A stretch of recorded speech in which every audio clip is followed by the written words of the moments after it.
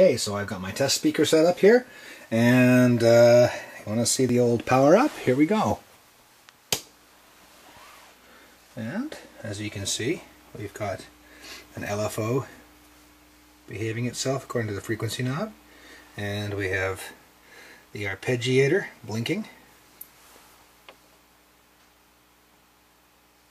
Yeah, seems this pot's obviously got a problem with it. It's a little bit, yeah, I would not trust this pot's obviously, I can just tell by looking, you see the way that the frequency is not updating properly. Okay, well, we can leave it at that. So power's up to the beginning of this preset, so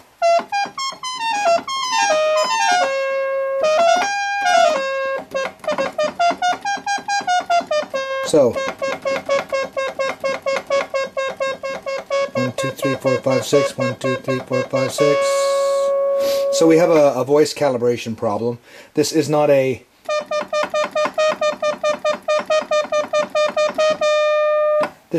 something to do with calibration of the actual. Here, let me get this lid open. We have trimmers here, and Old Crow calibrated those. Don't touch. But we have trimmers over here, and these are for the SSM chips. These are not Curtis Electromusic voice chips. These are SSM chips. So rather than CEMs, they're SSMs. They sound slightly different.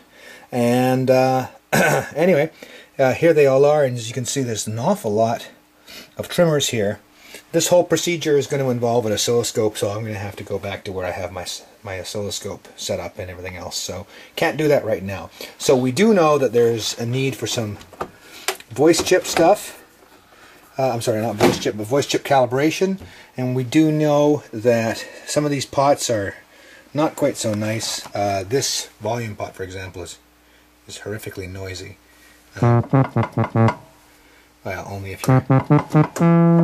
Well, it was horrifically noisy when I was trying to play notes and adjust it, so just cleaning is going to be necessary for that. But okay, let's change some presets here and let's see what goes on.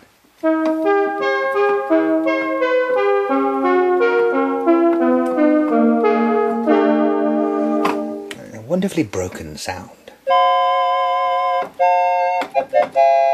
Now, I should tell you, my initial run-through involved the headphones, and it sounded a lot worse through the headphones, so obviously there's a problem in the headphone circuit that isn't present in the output, which is good. It sounds a lot better just straight through the output, so...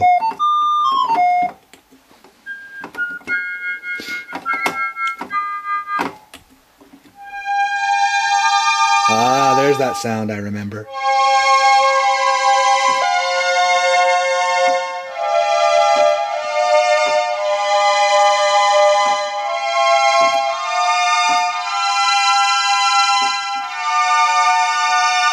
A little bit aliasy or distorted sounding. Could be something not quite right inside the chorus board.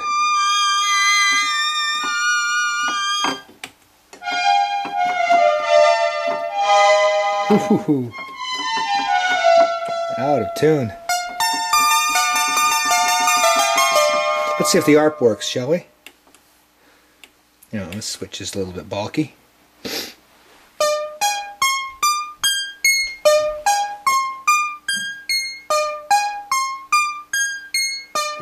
Turn on the latch.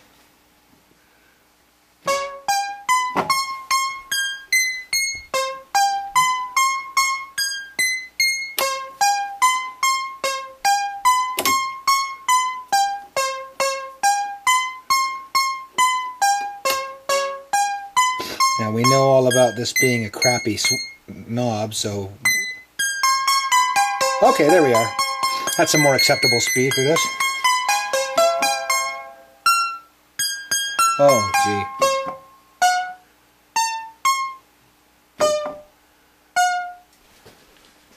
Interesting. So it looks like...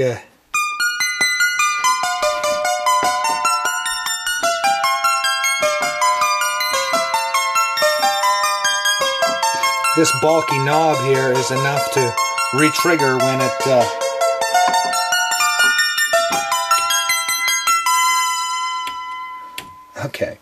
So the standard stuff that we would normally encounter with something of this age, with this kind of a history, we've got dirty pots, intermittent switches, but nothing untoward, out of tune voices. But I think we've just proven unequivocally that as a drop-in product, this thing kicks ass.